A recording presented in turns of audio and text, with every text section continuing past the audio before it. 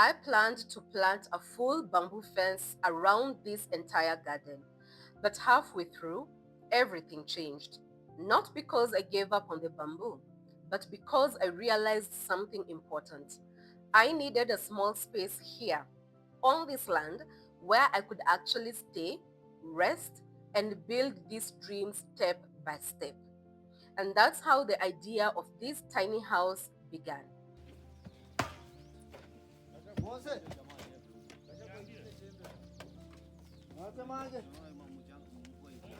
Hi friends, and welcome to yet another video of our tiny garden where we are starting over from scratch.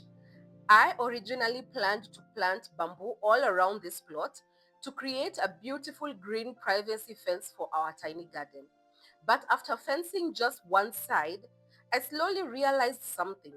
Traveling back and forth every single time I wanted to work on the garden was becoming exhausting. By the time I arrived, worked for a few hours, and traveled back home, there was barely enough time or energy left to truly enjoy the process. And somewhere along the way, I realized that maybe what I needed wasn't a complete bamboo fence. Maybe I needed a small space where I could rest, spend weekends, and stay close to the garden while slowly building this dream. So we began planning a tiny one-room house here on the land, nothing fancy, just a simple little space surrounded by nature.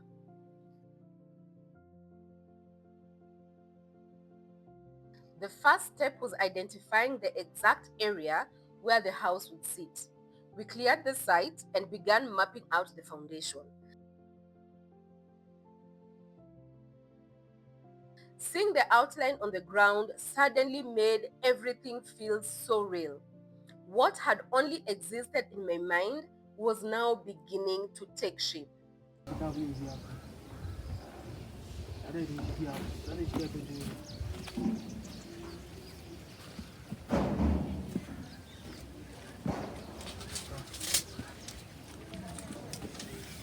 Za huko. Kuna ingine hapa katikati.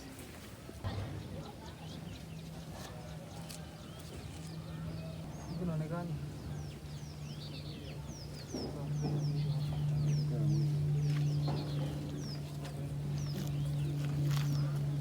Kuna kitu kidogo hivi.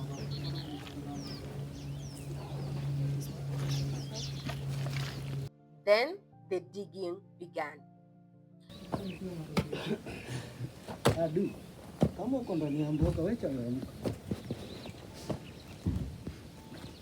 Hatuwezi kuwa walafi ile design eti. Tunakukausha.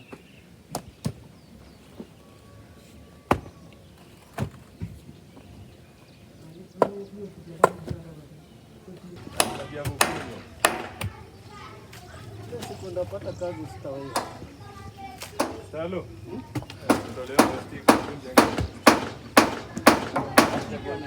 But almost immediately, we faced a major challenge. Because this was during the rainy season, water kept flooding into the foundation area. The land sloped slightly, and water from a neighboring property, including runoff from two unfinished septic tanks, kept flowing directly into our construction site. Every time we thought we were making progress, more water would collect again. We eventually got a water pump and started pumping the water out so work could continue.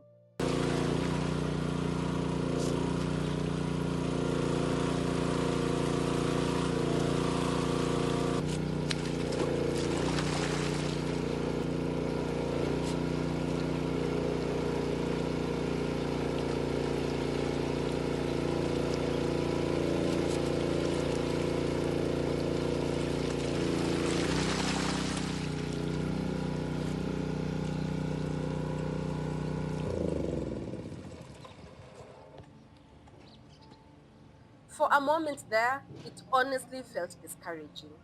Building is already exhausting, and now the rain was slowing everything down even more. But step by step, we kept going. Slowly, things began moving again. After all the mud, water, and delays, we were finally able to continue with the foundation work.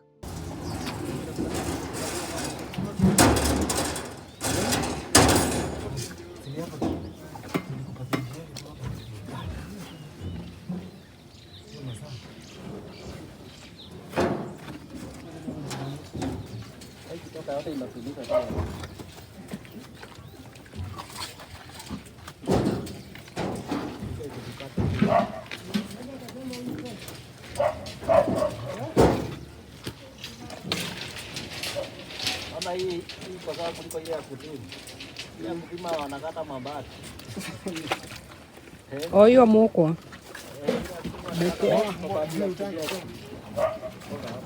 And standing there watching the foundation begin to form, I felt something I can't fully explain.